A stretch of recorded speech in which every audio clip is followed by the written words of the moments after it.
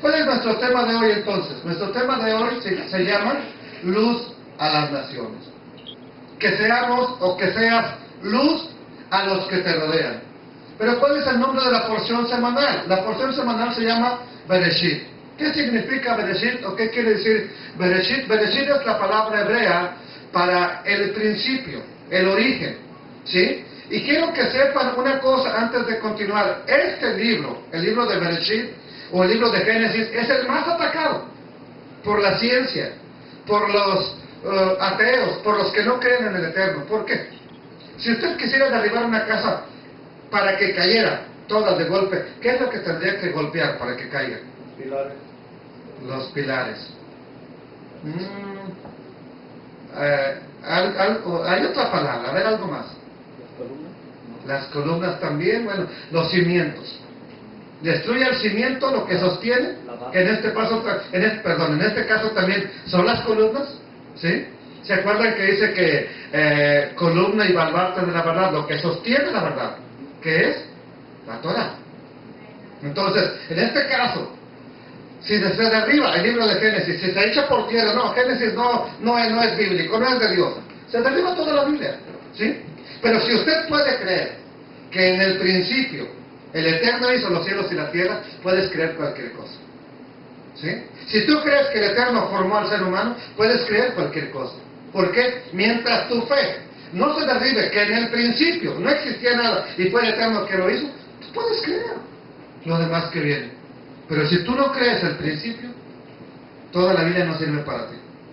Así de sencillo. Entonces, ¿cuál es nuestra porción semanal?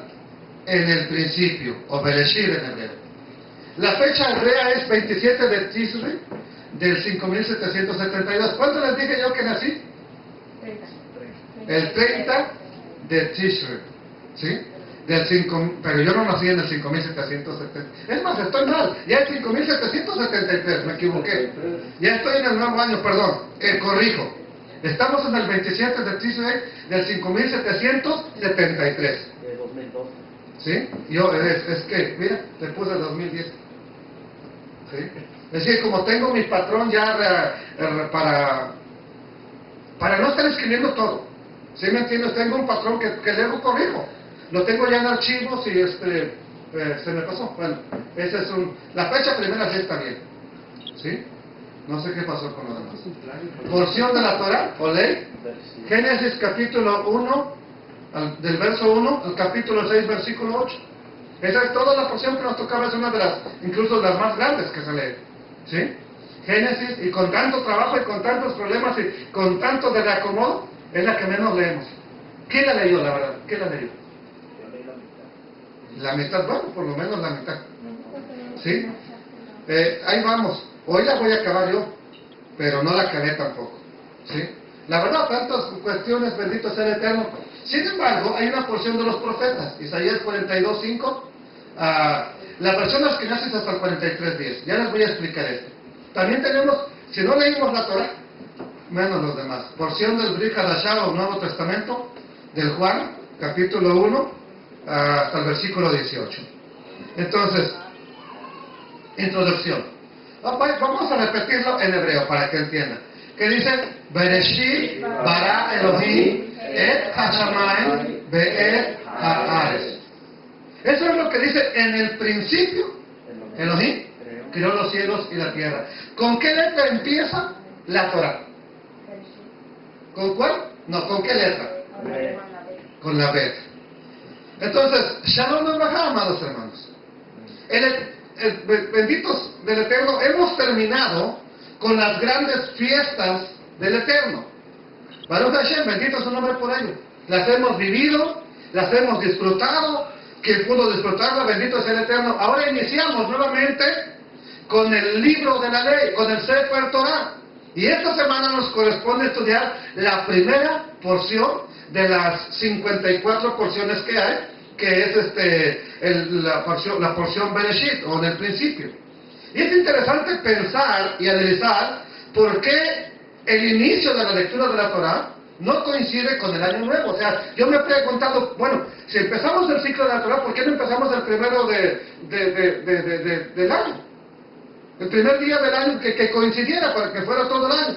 Sin embargo, podemos decir que fuera en Rosh Hashanah o que fuera en el primero de Nisan, cualquiera de los días. Sin embargo, no es así, no coincide. Lo lógico sería que al terminar un año y al iniciar otro, los años los hubieran acomodado, pues voy a poner la primera en el primer día y la última en la última semana. Sin embargo, no fue así. Y estamos ya hoy estamos por hacer coincidir, o quisiéramos hacer coincidir, yo quisiera coincidir con la lectura, con la terminación del año, pero no se puede. Ya está diseñado. Entonces, estamos por terminar el primer mes del año hebreo, no el primer mes del año romano. ¿Por qué el primer mes del año hebreo? Así lo han determinado los que se encargan de relacionar el tiempo en Israel. Para ellos, el séptimo mes lo han tomado como el mes del año nuevo. Sin embargo, quiero recordar una cosa. ¿Qué dijo el Eterno para ustedes? El primer de los meses será ¿cuál? Nisan. Cuando celebramos la Pascua. Entonces, hay cosas que ya están establecidas en el judaísmo. No las puedo cambiar, pero quiero que tengamos consciente que para nosotros es importante tener la relación del primer mes del año, como lo dijo el Eterno. Entonces ya estamos por terminar el primer mes y estamos iniciando el ciclo de la lectura de la Torah. Entonces es importante que nosotros veamos que algo que te quiero explicarles. Nuestros jajamín es la palabra hebrea para sabios, explican lo siguiente, que existen 3 principios básicos de fe y que estos principios básicos de fe son la raíz de los 13 principios de fe del judaísmo. Por ejemplo, ¿alguien sabe cuáles son los principios de fe del cristianismo? A ver, hermano, una porque se tiró toda. Sí. ¿De fe? ¿Del cristianismo? Bautismo. Ok. Creer que Dios existe, ¿qué más? El bautismo, ¿qué más? La Trinidad. Exactamente. El credo de la Trinidad. Si usted no cree en la Trinidad, entiéndalo, usted está frito. Usted está acabado. Usted está fuera del plan de Dios. Y, claro, esa fue una de las cosas que a mí me puso a temblar. ¿Sí? Que si yo no creía en la Trinidad, aunque crecí en la iglesia que crecí, ese fue uno de los puntos que a mí me puso a temblar. Porque siempre que leía el credo cristiano, sale que si usted no cree en la Trinidad, usted no es parte del pueblo del Eterno. ¿Sí? Sin embargo, entonces, esos son los credos del cristianismo. Pero así como hay credos en el cristianismo, hay un varón que vivió en España, que fue un judío español, llamado, o se conoce como Maimónides. Él estableció 13 principios de fe para el judaísmo. ¿Cuáles son? Vamos a ver los 3 principales. El primero, creer que Yud Hei Vav Hei, o el Eterno, el Elohim, Jehová, Yahweh, como le llamen, creó el mundo. ¿Cómo empieza nuestra parasha? En el principio creó Elohim los cielos y la tierra. Entonces, ese es el primer principio de fe para el judaísmo. ¿Cuál es el primer principio de fe? Creer que el Eterno creó al mundo. Si usted no cree eso, ¿para qué seguir para adelante? ¿En qué Dios estás confiando entonces? ¿Sí? Segundo principio, creer que el Eterno dirige y mantiene el mundo. Ok, lo creó, pero ¿será capaz de sostenerlo? ¿De dirigirlo? ¿De hacer lo que funcione? Usted puede crear un carro, pero no puede echar a andar. Usted puede crear una casa, pero tendrá todas las reglamentaciones. Sí podemos hacerlo, pero hacer lo que funcione son 2 cosas diferentes. Entonces, el primer principio, ¿cuál es? Creer que el Eterno creó al mundo. El segundo, creer que lo dirige y lo mantiene. Tercer principio, creer que el Eterno eligió un pueblo para darle la instrucción. la enseñanza de vida, la Torah, la mal llamada ley por el cristianismo. ¿Sí? Entonces, cada uno de estos tres principios de fe tiene su representación directa con las tres últimas fiestas que acabamos de vivir. En Yom Teruah, el Eterno creó el mundo. Así dicen los sabios. Que en Yom Teruah, por eso eligieron el séptimo mes como la cabeza del año, como Rosh Hashanah, para hacernos creer o para decirnos que el Eterno creó el mundo en el séptimo mes. Bendito sea el Eterno. Y por eso se celebra Rosh Hashanah el primero de Tishrei. Entonces, cuando nosotros celebramos Yom Teruah, entonces, ¿qué se celebra en Yom Teruah en el judaísmo? Que el Eterno creó al mundo. En Yom Kippur, que el Eterno perdona al mundo y lo sigue sosteniendo. Y en Sukkot se manifiesta el amor del Eterno por un pueblo al protegerlo con su gloria, al este pueblo peregrinar por el desierto habitando en Sukkot o cabañas. Y hay una cuarta fiesta dentro de esta fiesta. ¿Cuál es? Shemini Atzeret. Shemini Atzeret, conocida en español como el octavo día de Sukkot, donde el Eterno nos dice prácticamente: quédate un día más conmigo, quédate un momento más conmigo, quédate un instante más conmigo. Y esto nos quiere decir que una persona que ha vivido Yom Teruah o Rosh Hashanah, Yom Kippur o el día de la expiación, Sukkot, tabernáculos y Shemini Atzeret, ha estado viviendo una relación directa espiritualmente con el Eterno. Sí, todos esos días glorificando, pensando, maravillándonos en el Eterno, todos estos días es donde más hemos estudiado la Escritura, la verdad. Analicemos este tiempo entonces. Espiritualmente estamos conectados con el Eterno en este tiempo. Entonces es el momento propicio para que se cumpla esta fiesta. Shemini Atzeret. Abrazar la Torah. Listos para regocijarnos en el gozo de la Torah, en Simchat Torah. Después de esto, ya cuando tú abrazaste la Torah y dices: wow, Señor, gracias por lo que me has dado. Ya celebré hace tiempo la Pesach, ya celebré los panes sin levadura, ya celebré Shavuot, Pentecostés, ya celebré Yom Teruah, ya celebré Yom Kippur, ya celebré Sukkot, ya celebré Simchat Torah. Gracias, Señor. Oh, ¿ahora qué? Después de esto, se tiene un corazón listo para abrir nuevamente el rollo, o como se conoce en hebreo, el Sefer Torah, y decirle al Eterno: quiero alimentarme de tu Torah este año. ¿Qué estamos haciendo con esto, Señor? Ya me regocijé, ya me gocé, ya comí cordero, ya comí carne, ya comí pollo, ya comí tortilla, ya comí chorizo, ya comí de toda esta fiesta, Señor. Quedé saturado, pero ahora quiero alimentarme de tu Torah este año. O sea que esta semana tal vez dijéramos: tenemos una excusa, el estrés, el regreso a las actividades, pero para la próxima hay que estar continuando con la Torah. Queremos alimentarnos de la Torah. Volvamos a nuestra enseñanza principal. En el principio creó Elohim el cielo y la tierra. Vamos a repetirlo otra vez. ¿Recuerdan que ese pasaje nos enseñó el rabino Julio? Y nos dijo que lo aprendiéramos. Vamos, 1, 2, 3. Bereshit bara Elohim et hashamay bara haaretz. O bet haaretz. Hay dos maneras de pronunciar. Así inicia nuestra amada Torah. La primera letra es la letra Bet. ¿Cuál es la letra Bet? Es esta. En forma de una casita. ¿Sí? Esta es la primera letra con que comienza la Biblia, para que me entienda, las Escrituras. ¿Sí? Y es la segunda letra del alfabeto hebreo. De acuerdo con la gematría, la ciencia o el estudio que se encarga de las letras hebreas y de la numerología hebrea, es el número 2. La Bet es el número 2. ¿Sí? ¿Se acuerdan cuando decimos Bet Melahim? ¿Qué queremos decir? Segunda de Reyes. ¿Sí? Así, cada vez que se encuentra un segunda o 2, hablamos de Bet, la número 2. Nos podemos preguntar: ¿por qué? ¿Por qué razón la Torah no inicia con la primera letra, con la Aleph? ¿Cuál es la razón? O sea, Dios pudo haberlo hecho.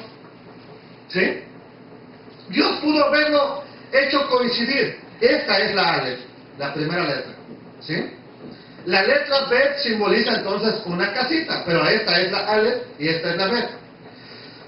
Por lo cual, el Eterno, como inicia con una casita, es con la que inicia en la Torah, El Eterno nos indica que estaba por construir la morada para el ser humano, para el hombre. La casa para el ser humano. Hermana, ¿usted nunca ha preparado un cuarto para sus niños cuando van a nacer? ¿Alguien de ustedes lo ha hecho? Voy a preparar la cuna, voy a preparar le voy a poner ahí estrellas de David. Antes le ponía Winnie the Pooh, si me entiende, y todo eso. Pero hay gente que prepara un cuarto especial ¿para qué? Para el que viene. ¿Qué hizo Adonai? En Bereshit bara Elohim. Exactamente lo mismo. Te hizo una casa donde va a morar el ser humano. Entonces el Eterno nos está indicando que estaba por construir la casa del hombre. Y el uso de la segunda letra lleva un mensaje categórico para nosotros. Cuando más se sube, se asciende en el estudio de la Torah, entre más estudiamos la Torah, mayor conciencia debemos de tener de lo lejos que estamos de practicar la Torah. ¿Sí o no es cierto? Entre más sabemos, pareciera que vamos a practicar más, pero no nos damos cuenta que es cuando menos lo hacemos.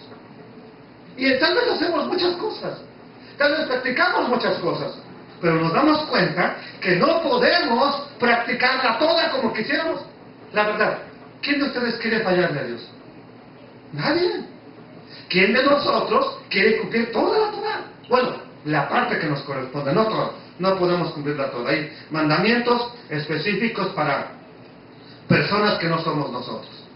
Entonces no podemos, pero la parte que nos corresponde, sí o no, desearíamos cumplirla todas. Bueno, bendito sea el Eterno, pero no hemos podido.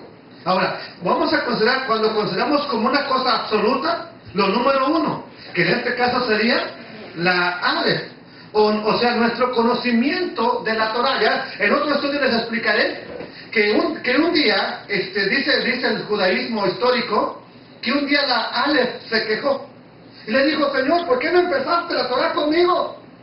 ¿Por qué usaste a la vez? ¿Sí? Debiste haber comenzado conmigo. Y que el Eterno le dijo: un día voy a hacer justicia, un día vas a ver que te voy a redimir eso. Y cuando les da la Torah, la entrega de la Torah empieza con la Aleph. ¿Sí? Entonces, ¿por qué dejó la Aleph o la entrega de la Torah para después? Porque el Eterno nos estaba diciendo algo importante. Nos falta llegar a la comprensión total de la palabra de Dios. Pero también el mensaje es: el hombre siempre se va por lo físico, por lo natural, por lo que ven sus ojos, por lo que tiene aquí. Sin embargo, para el Eterno nos dice que dejamos las cosas espirituales en segundo lugar. Así somos. La verdad, así somos. Sin embargo, entonces, hoy no vamos a estudiar acerca del pasaje de Génesis o de Bereshit. Hoy vamos a estudiar la porción de los profetas, conocida en hebreo como Haftarah. Y nuestro tema de hoy va a ser, entonces, luz a las naciones. Dice la Escritura de la siguiente manera. Isaías 42, verso 5. Ok, espérame tantito, me pasé algo, me parece. ¿Sí? No lo tengo aquí. Permítame un instante, déjeme ver si después de Isaías lo tengo. Porque necesito... ok, sí, acá está. Entonces vamos a leer la porción. Isaías 42, el versículo 5 en adelante. En la porción que les cité al principio es la versión Ashkenazi. Voy a tratar de ponerle ya de aquí en adelante la versión Sefardí. Ahorita lo explico. Primero vamos a leer la escritura. Así dice, ¿quién? Yud Hei Bab Hei, el Eterno, Elohim, creador de los cielos, el que los despliega. El que los despliega es el que los desdobla, el que los extiende, el que extiende la tierra, ¿y qué más? Y sus productos, el que da aliento al pueblo que mora sobre ella, y espíritu a los que por ella andan. Verso 6, repítalo, dígalo conmigo. Yo, el Eterno, te he llamado ¿en qué? ¿Y qué dice? Te sostendré por la mano. Otra vez. Yo, el Eterno, te he llamado en justicia y te sostendré.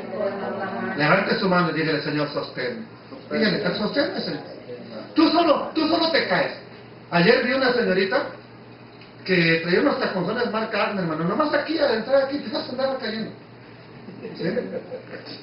Nosotros solo con las puras zapatillas nos tumban, las puras agujetas nos tumban, hermanos. Imagínense, si el Eterno nos suelta de su mano, ¿qué va a ocurrir? ¿Nos caemos o no nos caemos? ¿Alguna vez a usted se le ha caído su hijo, o sea, que va caminando y él se tropieza y ¡pum! Va para abajo? Pero usted lo lleva agarrado de la mano. ¿Dónde vas? O sea, incluso hasta da unos tropezoncillos, pero no se te cae, lo levantas. Eso es lo que necesitamos de Adonai. Sigue diciendo, la parte subrayada. ¿Sí? ¿Qué dice? Te guardaré, te pondré por pacto al pueblo, y la última parte, por luz de las naciones. Verso 7. ¿Para qué?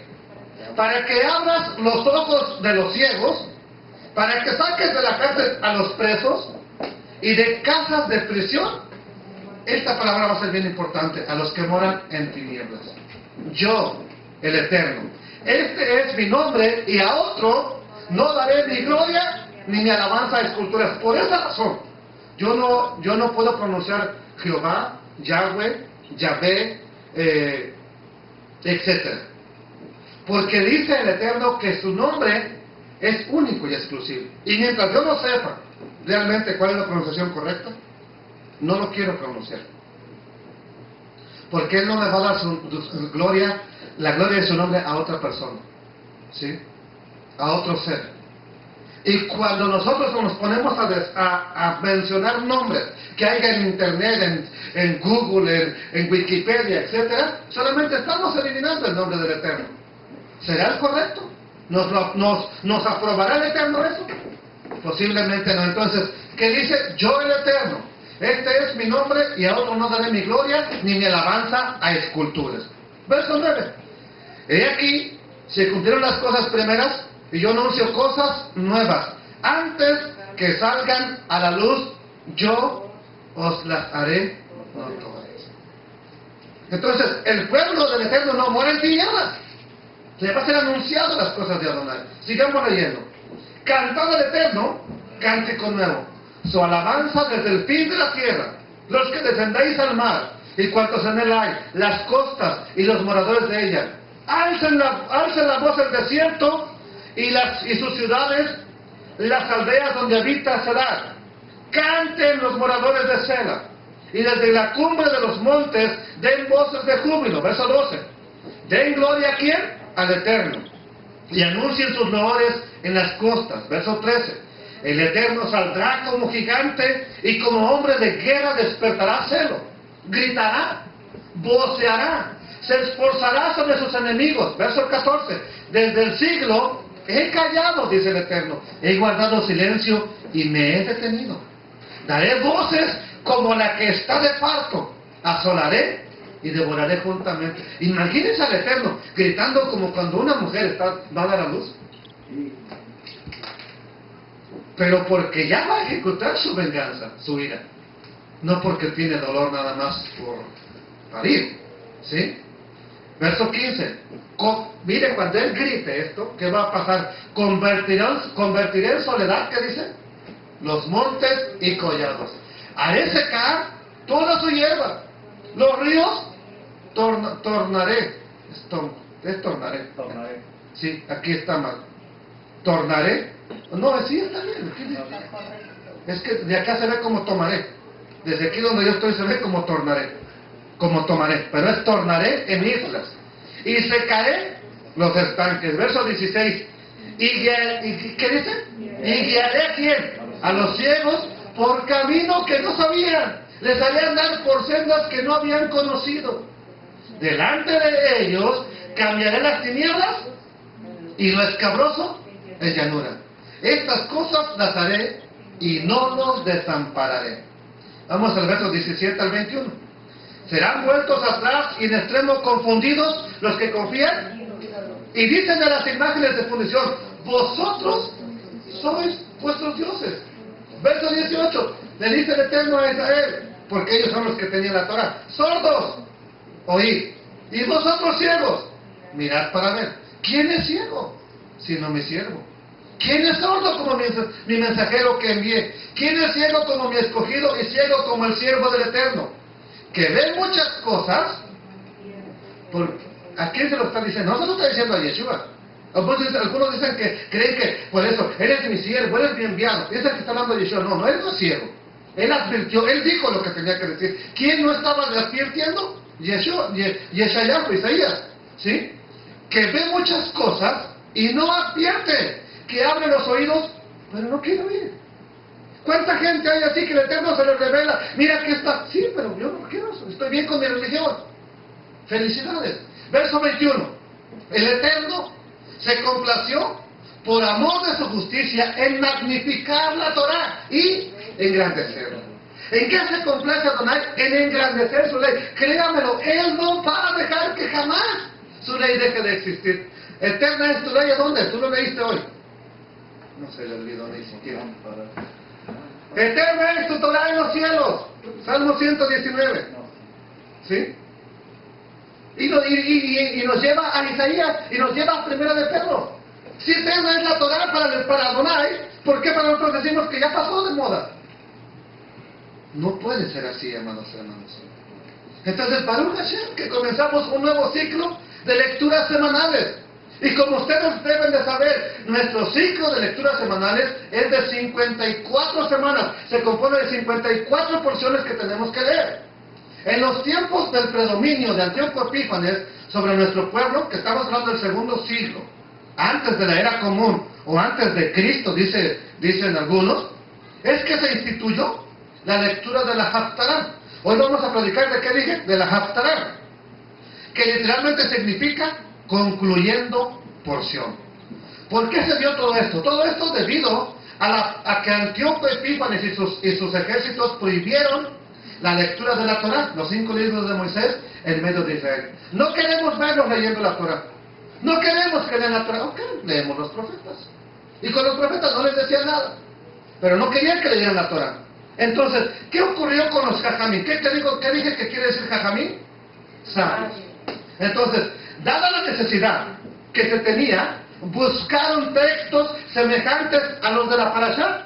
¿A dónde? En los profetas. Entonces, entre los profetas. Y fue así como instituyeron el ciclo de la Haftarah. Ya después de que se pudo volver a leer la Torah, pues simplemente lo añadieron con la Torah para recordar ese hecho.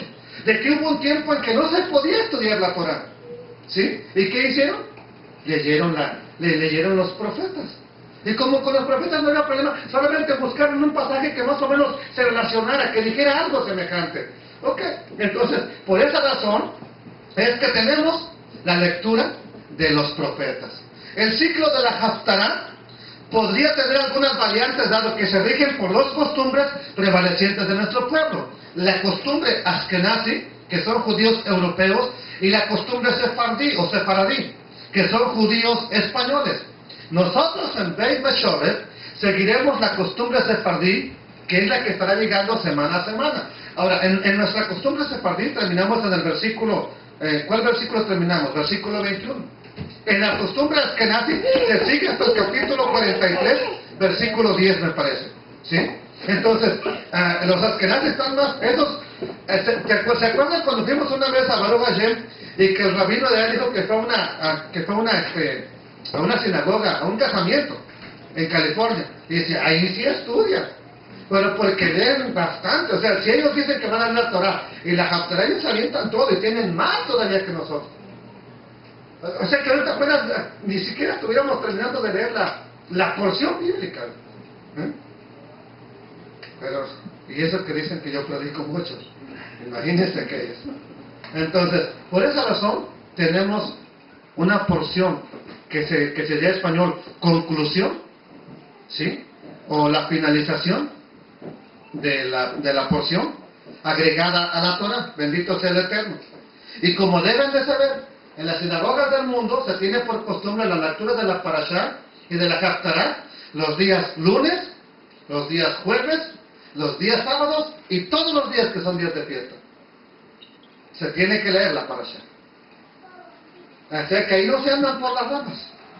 Y la persona que tiene el honor de dar la lectura a la última porción de la Parashá llamada Maftir, es el que lee la Haftarah. Y este va a ser precisamente el que ustedes vean que lee cuando van a hacer su Bar Mitzvah o su Bat Mitzvah. Esta es la última porción, a esa persona le toca. Ellos no van a leer la Torah, van a leer la última porción que sería en sí la porción de los profetas. Entonces, existe una bendición especial para antes de la lectura de la Haftarah, y desde luego también hay bendiciones para después de la lectura. Para eso hay que consultar el libro de rezos o de oraciones llamado Sidur. Entonces, ahorita no tengo tiempo de explicarles eso. Vamos hacia adelante.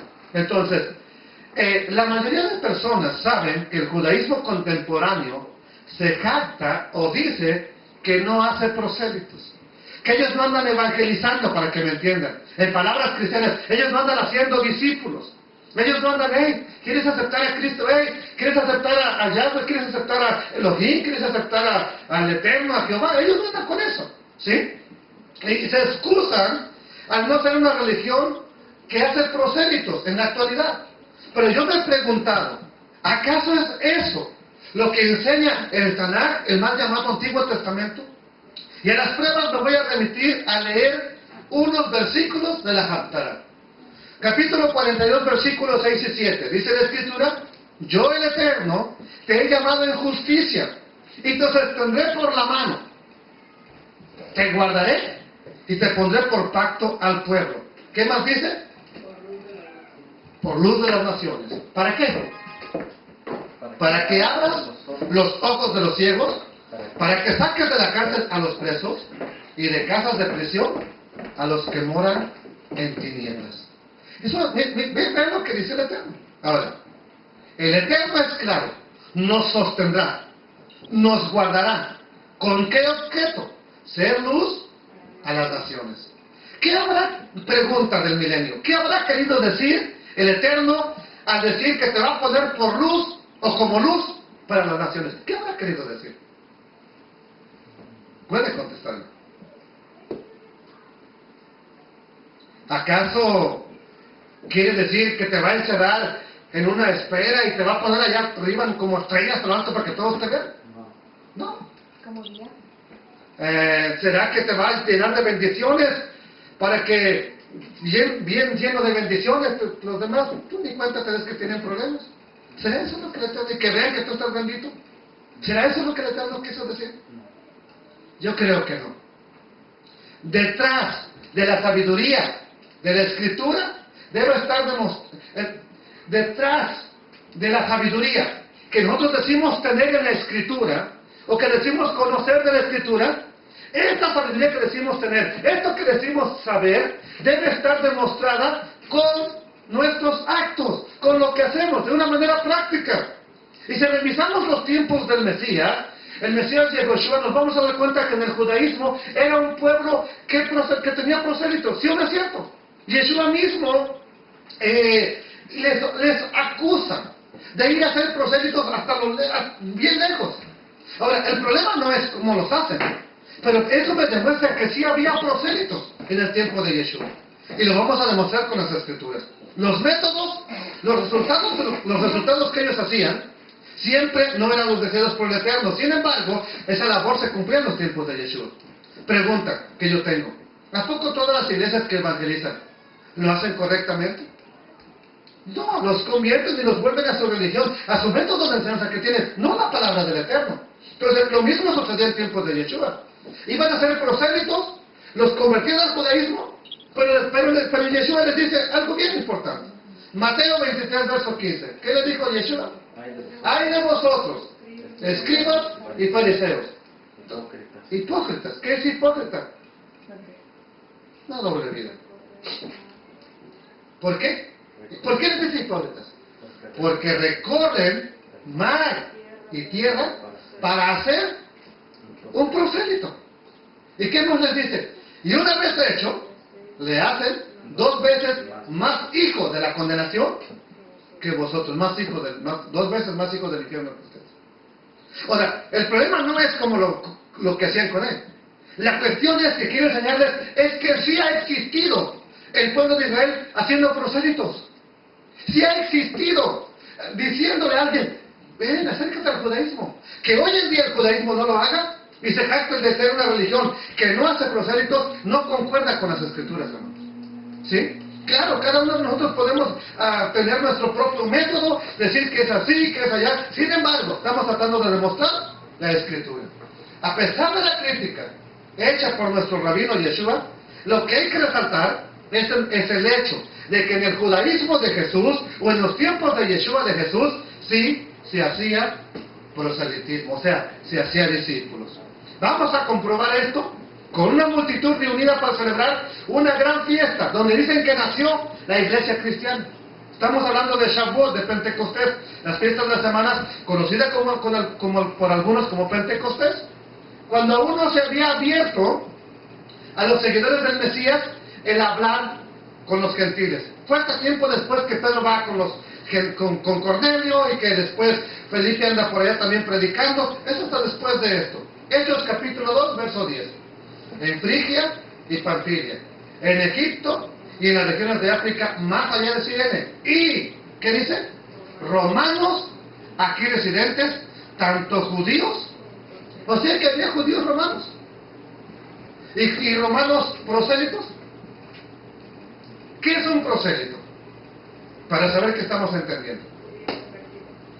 Un gentil convertido al judaísmo. Eso es un prosélito. ¿Qué es un prosélito? Alguien que tú le dices, acepta a Cristo. Vete. ¿Sí? Ese es un prosélito. No más que no se usa la palabra esa porque tiene que ver con judaísmo. ¿Me entendieron? Por eso no se usan las congregaciones cristianas. Pero ¿qué había en el día de Pentecostés? Había gente, por supuesto, judíos que vivían en Frigia, en Panfilia, y que sabían aquel lenguaje, que vivían en Egipto, las regiones de África, más allá de Cirene, y romanos, aquí residentes, tanto judíos como prosélitos. ¿Por qué dice romanos? ¿Sobre qué dominio estaban en aquel entonces? Y aunque era Judea, prácticamente era la República de Roma, por decirlo así, o el territorio de Roma. Ellos eran Judea, pero estaban en el territorio romano. Por eso dice, y romanos aquí residentes, tanto judíos como prosélitos. Después de entender entonces qué es un prosélito, es alguien no nacido israelí, no nacido judío, pero que se convirtió. Lo hicieron que se convirtiera a esa religión. Bendito sea Adonai. Aún en la elección de los sharetim, conocido como diáconos, en la palabra diáconos en hebreo es sharet, diácono. Diáconos es sharetim, ¿sí? En la elección de los sharetim, en Hechos, encontramos a un varón prosélito llamado Nicolás, que también fue diácono. ¿Lo habían notado ustedes eso? Yo hace tiempo que lo noté. Este Nicolás era un prosélito, alguien convertido al judaísmo. Vamos a verlos. Hechos capítulo 6, verso 5. Dicen que les dijeron que iban a buscar varones llenos del Espíritu para ponerlos a atender las mesas, y que los apóstoles o los discípulos de Yeshua se iban a dedicar al estudio de las Escrituras. Agradó la propuesta a toda la multitud y eligieron a Esteban, judío por supuesto, varón lleno de fe y del Espíritu Santo. A Felipe, por supuesto judío, porque era también de ahí también. A Prócoro, a Nicanor, a Timón y a Parmenas. ¿Sí? A Parmenas, perdón, a Parmenas. ¿Sí? Y va a terminar con el último diácono. ¿Y a quién más? A Nicolás, prosélito de Antioquía. Un convertido al judaísmo en Antioquía. Así que entre los primeros diáconos había un prosélito. Quien no lo haya notado, pues sorpresa. Aquí hay, entre los primeros diáconos, un convertido al judaísmo. Pero pregunta, ¿qué no estos ya eran otra cosa? ¿No estos ya se habían ligado del judaísmo? Estos discípulos, este grupo de personas, ¿qué seguían siendo? Judíos. Nada más que estos creían en el Mesías. Bueno, hay más versículos que nos ayudarán, o que nos pueden ayudar a contradecir el entendimiento contemporáneo del judaísmo, de que nunca se han hecho prosélitos en Israel, de que los judíos no hacen prosélitos. Pero esto solamente los puse como ejemplos. Ahora bien, es verdad que hay una parte del mundo donde no se hacen prosélitos, pero debido a que los están persiguiendo. Uno puede salir a la calle, hey, ¿quieres venir a la sinagoga con nosotros? Sin decirlo, los están persiguiendo, imagínate, haciendo prosélitos. Entonces, ¿qué han hecho? Se han encerrado en su judaísmo. ¿Sí? Porque los persiguen, los maltratan, los matan.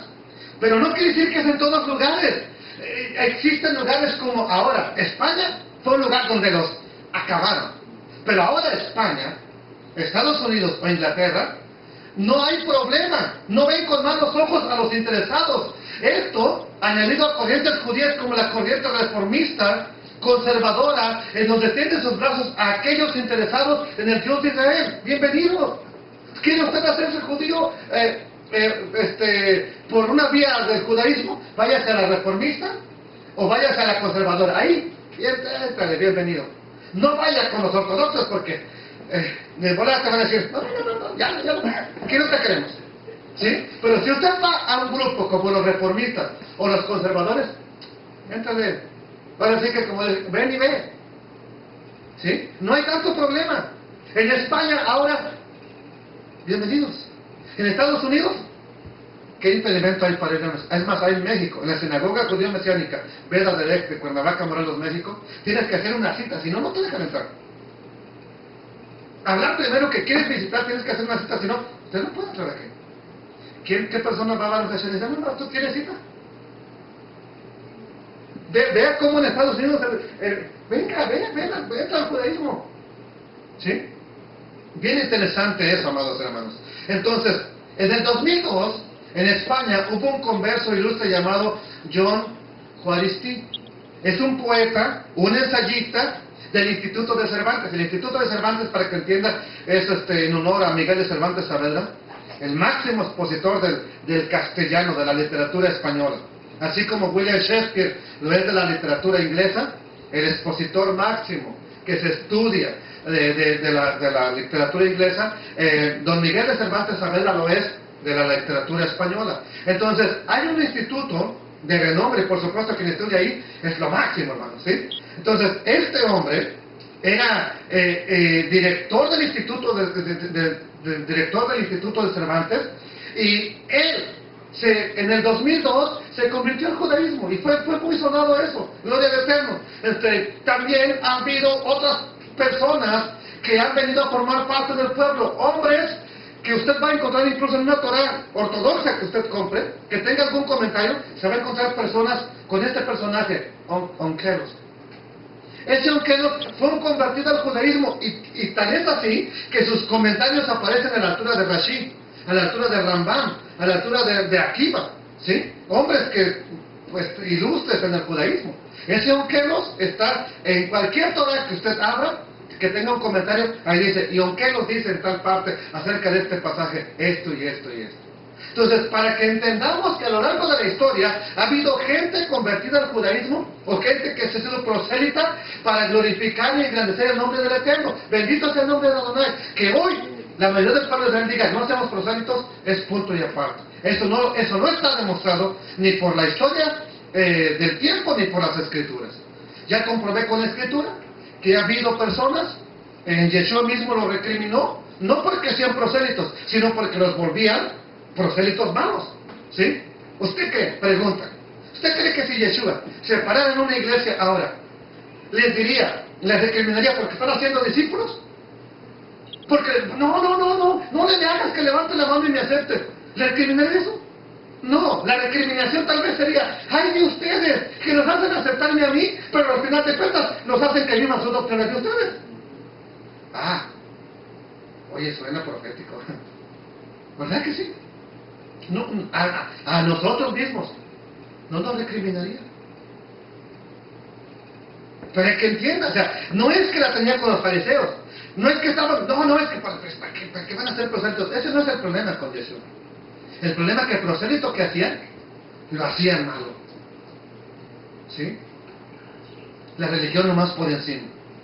Y ese no es el propósito de Adonai. Él dice que va a engrandecer su ley, ¿para qué?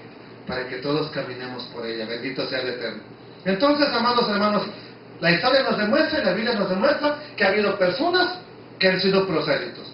Entonces, a pesar de lo anterior, que el judaísmo diga, aquí nos hace prosélitos, ¿qué leemos en la voluntad de Hashem, del Eterno?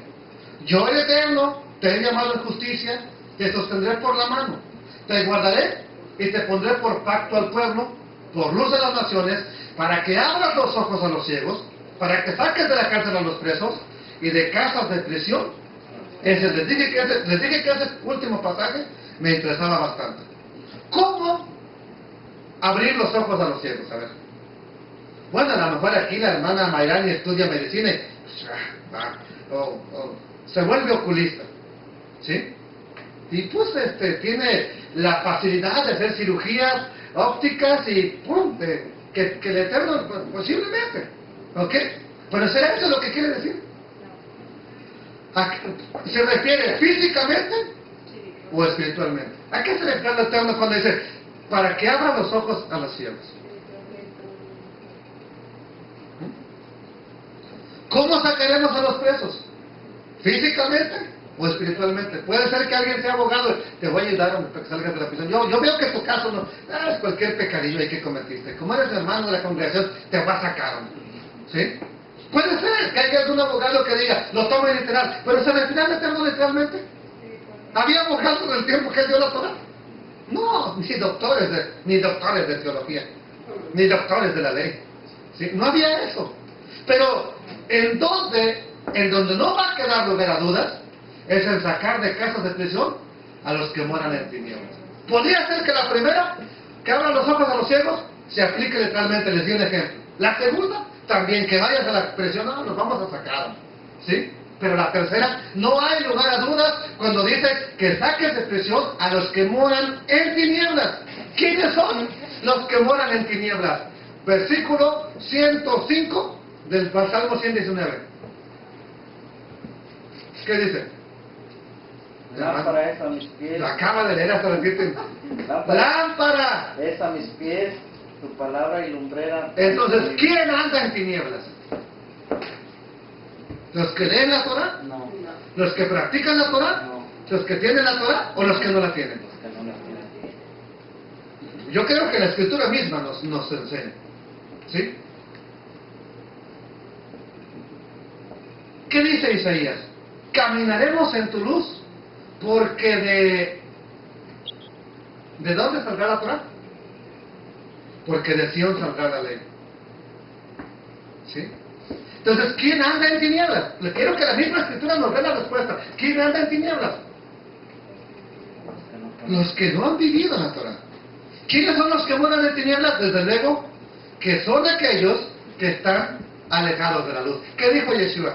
Yo soy el que me sigue, sino que tendrá la luz de la vida. Y acá se lo sabía, hermano. ¿Sí? Yo soy la luz del mundo. El que me sigue no andará en tinieblas. Sí, pero este solo versículo se podría malinterpretar. Pues yo tengo a Cristo en mi corazón. Ya no es en tinieblas. No, con la suma de tu palabra, toda tu palabra, toda tu ley, es la verdad.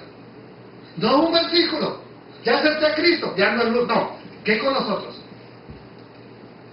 Lámpara es a mis pies tu Torah y lumbrera mi camino.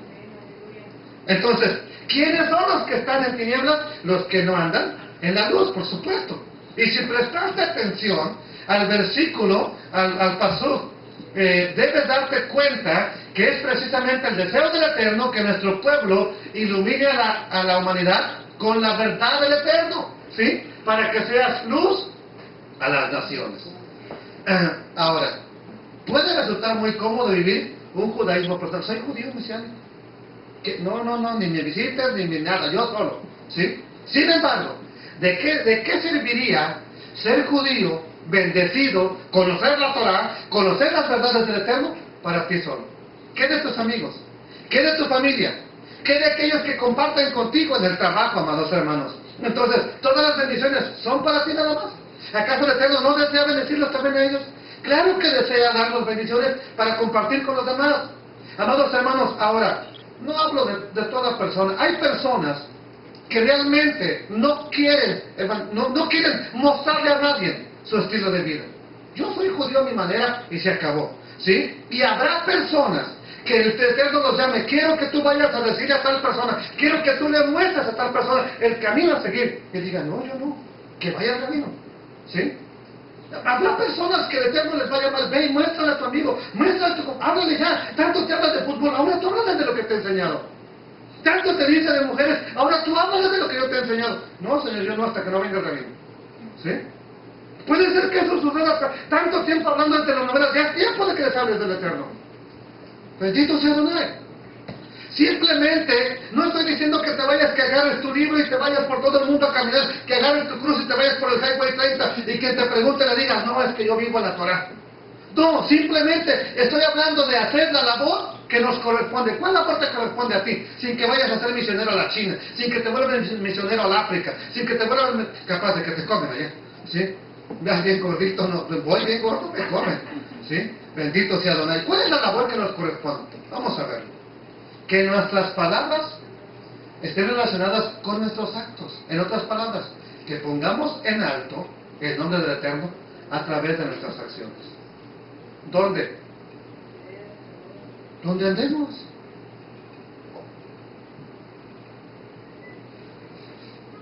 No digas que eres judío si no quieres. Nomás trata de vivir lo que estamos aprendiendo. Es todo. Siempre va a haber personas que no les gusta tu estilo de vida. Siempre va a haber personas que no están de acuerdo con lo que tú vives. Pero al final de cuentas no se trata de agradarlos a ellos, sino de mostrar con tus actos, con tus acciones lo que tú eres. Que en la medida de que hablemos de la verdad del Eterno, otros se interesen por tener lo que tenemos. Que la gente, nuestros conocidos, nuestros familiares, a los cuales incluso les ha llegado la luz, que ya son cristianos, sí, está bien eso, no te digo que está mal, pero hay algo mejor todavía que eso. ¿Quieres? Acércate. Ven, ten una oportunidad, ve con tus propios ojos que verdaderamente hay un Elohim que vale la pena servirlo, que vale la pena esforzarnos por estar con Él, que vale la pena seguirlo. Ya que si no es así, ¿cómo podemos argumentar que somos personas que damos buen fruto? ¿Cómo podemos decir, no, yo estoy caminando perfectamente bien? Yeshua nos va a decir algo bien importante. Vosotros sois una ciudad asentada sobre un monte, no se puede esconder. ¿Dónde estás tú asentado? Un hijo del Eterno asentado en Fresno, no se puede esconder. Un hijo del Eterno asentado o trabajando en Dios, no se puede esconder. Un hijo del Eterno trabajando en cualquier restaurante, no se puede esconder. ¿Por qué? Porque es diferente a los demás. Forzosamente lo tienen que voltear a mirar. ¿Por qué? Una luz no se puede esconder. Y tú eres esa luz. No se enciende una luz y se pone debajo de un almud. ¿Tienes la versión hondureña? Para entender qué es un almud. ¿Sí? Todos piensan que es debajo de la almohada, pero se la pone debajo de la almohada se va a quemar. Acuérdense que las lámparas de antes no eran las de ahora. Debajo de la cama. Por eso dice que no se puede debajo de una luz. Si nos sobre, que alumbra a todos los que están en casa. ¿Para qué tenemos una menorá? Precisamente para que alumbre. Vamos a poner los caceredas de Blood allá y la menorá aquí. Porque primero tenemos que tener los mandamientos, que es al lado derecho, brevemente hablando, para que podamos tenerlos. ¿Sí? Y hasta hoy mismo me ayuda. Dice aquí de un cajón. Ok, bueno, pues ese ya es más moderno, ya había cajones en ese tiempo. Entonces, no se enciende una luz y se pone debajo de un cajón, debajo de la cama, debajo de una mesa, ¿sí? Sino sobre el candelero y alumbra a todos los que están en casa. Verso 16, léalo conmigo. Así alumbre vuestra luz delante de los hombres, hasta ahí. ¿Qué dice Yeshua? Así alumbre tu vivir a los que te están rodeando. ¿Para qué? Para que vean vuestras buenas obras y glorifiquen a vuestro Padre que está en los cielos. ¿Observaron el énfasis final? Así alumbre vuestra luz delante de los hombres para que vean vuestras buenas obras. Si es que en verdad tenemos luz, la forma de demostrarla no es cuánto brinque yo aquí, ¿sí? Y es bueno alabar a Dios. Sino, ¿cómo va a ser? A través de nuestras obras. ¿Para qué? El mismo pasaje nos dice, para que glorifiquen a vuestro Padre que está en los cielos. ¿Sí? ¿Qué te dicen? No, es que todos los cristianos son hipócritas. Pero cuando te conocen a ti, que no gritas, que no andas haciendo posiblemente a todos convirtiéndolos, pero que tratas de vivir tu relación con el Eterno, para esta persona es diferente. Alguien lo va a decir. ¿Por qué? Porque lo están notando. Entonces, eso es lo que Yeshua quiere darte a entender. Trata de ser diferente a los demás. Que vean en ti el Dios que hay en ti. Que vean en ti a un Elohim diferente al que tienen las religiones. Que vean en ti a un Dios diferente al que dice tener la religión máxima. Bendito sea el Eterno. Entonces, ya vamos a concluir. La relación de nuestras palabras con nuestros actos es la forma visible de demostrar si andamos en la luz o no. Imagínense que yo les digo que soy el predicador y voy a andar con 2 o 3 mujeres, pues no podría, porque mis palabras no van a concordar con lo que estoy diciendo que soy.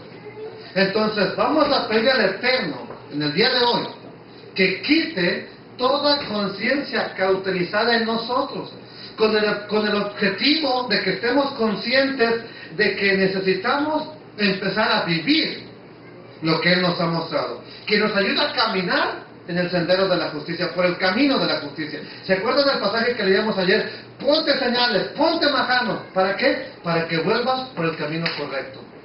¿Saben esto? Una cosa, que cuando Israel iba siendo llevado al exilio como podían, ponían señales para un día cuando tuvieran que regresar, por aquí debemos de regresar al lugar de la bendición, de la Torah. ¿Sí? Verso 21.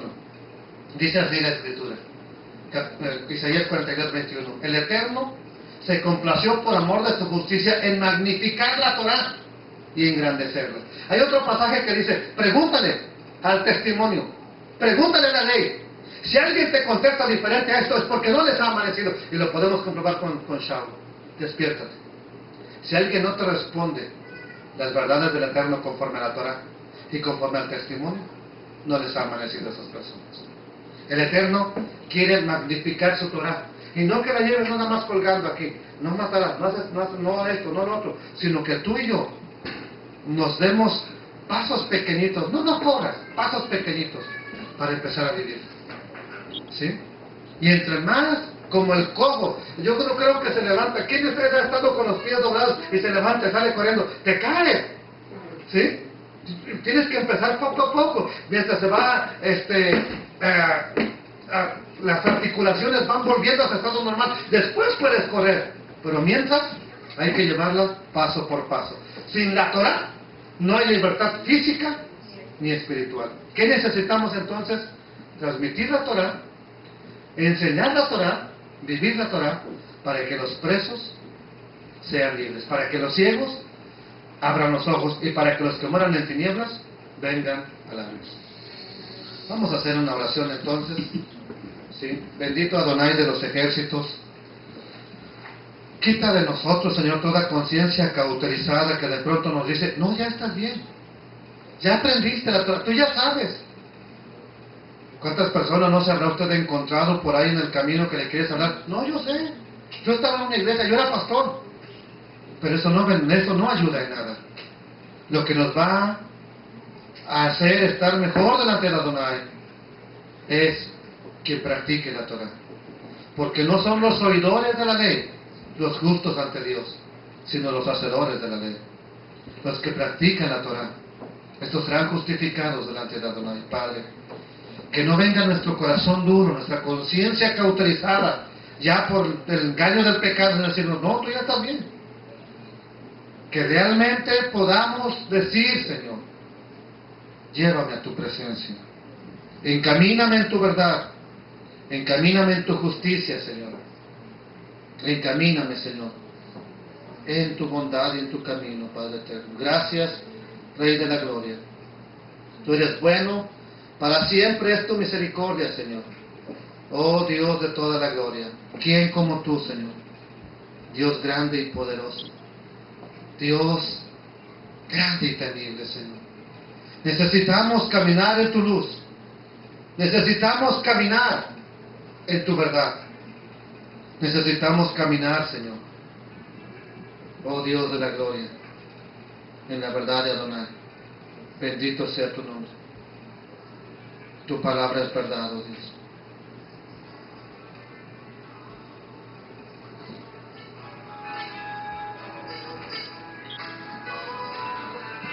Medita en las palabras de este canto. Gracias, Señor.